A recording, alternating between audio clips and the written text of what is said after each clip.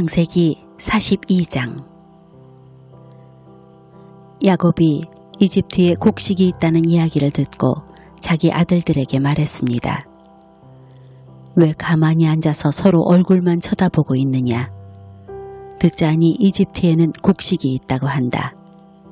이집트로 내려가서 먹을 곡식을 좀 사오거라. 그래야 먹고 살 수 있지 않겠느냐? 그리하여 요셉의 형 10명이 곡식을 사려고 이집트로 내려갔습니다. 하지만 야곱은 요셉의 동생 베냐민은 형들과 함께 보내지 않았습니다. 야곱은 베냐민에게 좋지 않은 일이 일어날까봐 두려워했습니다. 가나안 땅에도 가뭄이 들었기 때문에 이스라엘이라고도 부르는 야곱의 아들들은 곡식을 사기 위해 다른 많은 사람들과 함께 이집트로 내려갔습니다. 그때 요셉은 이집트의 총리였습니다. 요셉은 곡식을 사러 오는 사람들에게 곡식을 팔고 있었습니다. 요셉의 형들도 요셉에게 왔습니다. 요셉의 형들은 땅에 엎드려 요셉에게 절했습니다.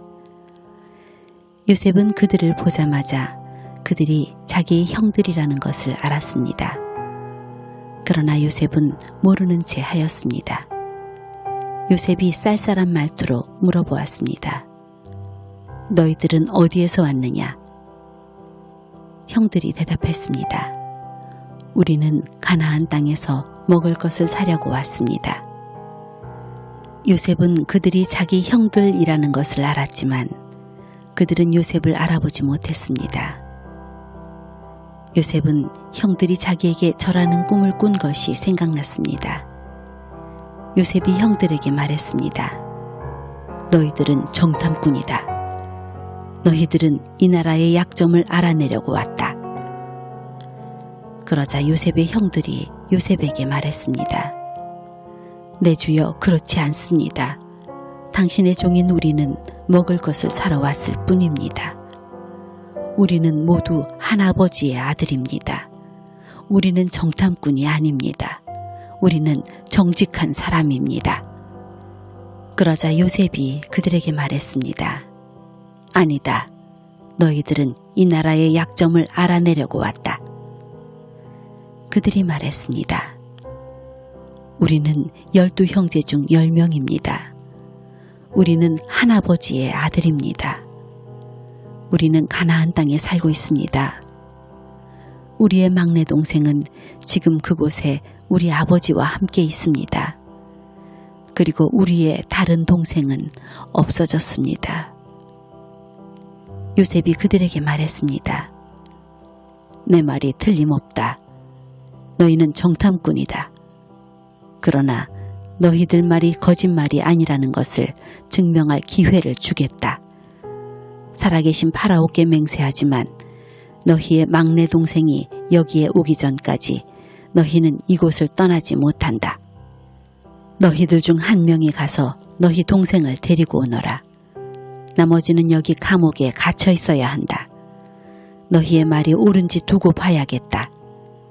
만약 너희가 거짓말을 하는 것이라면 살아계신 파라오를 두고 맹세하지만 너희는 정탐꾼이다. 그리고 나서 요셉은 그들 모두를 3일 동안 감옥에 넣어두었습니다. 3일째 되는 날 요셉이 그들에게 말했습니다. 나는 하나님을 두려워하는 사람이다. 내 말대로 하면 너희를 살려주겠다. 만약 너희가 정직한 사람이라면 너희 중 한 사람만 여기 감옥에 남아있어라. 그리고 나머지 사람들은 곡식을 가지고 돌아가서 너희의 굶주린 식구들에게 먹을 것을 주어라. 그리고 나서 너희의 막내 동생을 데리고 오너라. 만약 그렇게 하면 너희의 말이 진실인 줄 알고 너희를 살려주겠다. 그들은 요셉의 말대로 하기로 했습니다. 그들이 자기들끼리 말했습니다. 우리가 동생에게 한 일 때문에 이런 벌을 받는가 보다. 우리는 동생이 고통을 당하면서 우리에게 살려달라고 애원하는 것을 보면서도 동생의 말을 듣지 않았다.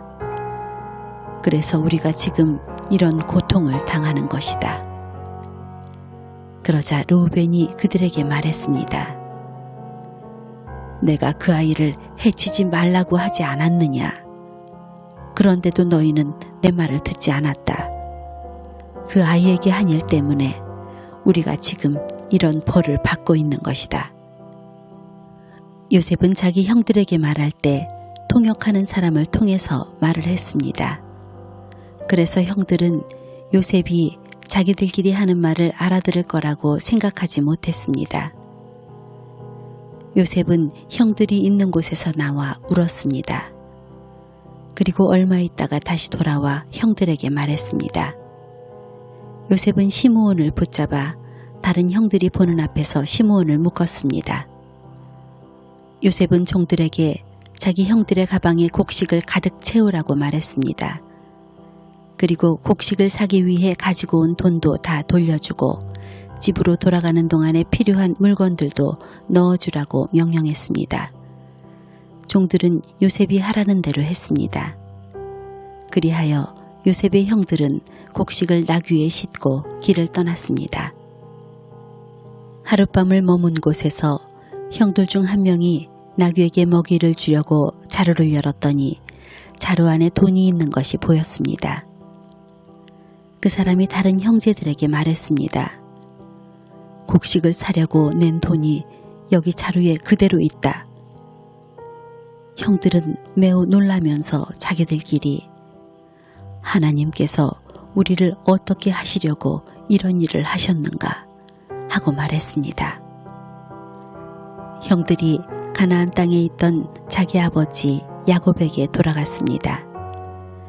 그들은 지금까지 일어난 일을 모두 야곱에게 이야기해 주었습니다. 그 땅의 주인이 우리에게 엄하게 말했습니다. 그 사람이 우리가 자기네 나라를 정탐하러 온 줄로 알길래 우리는 정탐꾼이 아니라 정직한 사람이라고 말했습니다. 우리는 한 아버지의 아들들로서 12형제 중에서 10명이라고 말해주었습니다. 12형제 중 1명은 없어졌고 막내 동생은 아버지와 함께 가나안 땅에 있다는 이야기도 했습니다. 그러자 그 땅의 주인이 우리에게 말했습니다. 너희가 정직한 사람이라는 것을 증명하려면 이렇게 하여라. 너희 중 1명은 여기에 남아라. 그리고 나머지는 곡식을 가지고 너희의 굶주린 식구들에게 돌아가거라. 그리고 너희의 막내 동생을 이리로 데려오너라. 그래야 너희가 정탐꾼이 아니라 정직한 사람이라는 것을 알고 너희가 남겨두고 간 너희 형제를 돌려주겠다. 또한 너희는 우리 땅에서 자유롭게 다닐 수도 있을 것이다. 이 말을 하고 나서 요셉의 형들은 자루를 비웠습니다. 그랬더니 자루마다 돈이 그대로 들어 있었습니다. 그들과 그들의 아버지는 그것을 보고 두려워했습니다. 아버지 야곱이 말했습니다. 너희는 내 자식들을 다 빼앗아갔다. 요셉도 없어졌고 시므온도 없어졌다. 그런데 이제는 베냐민마저 데려가려고 하는구나. 어떻게 이런 일들이 일어날 수 있느냐. 그러자 르우벤이 아버지에게 말했습니다. 제가 만약 베냐민을 아버지께 다시 데리고 오지 못한다면 제 두 아들을 죽이셔도 좋습니다. 베냐민을 저에게 맡겨 주십시오. 아버지께 다시 데리고 오겠습니다. 그러나 야곱이 말했습니다.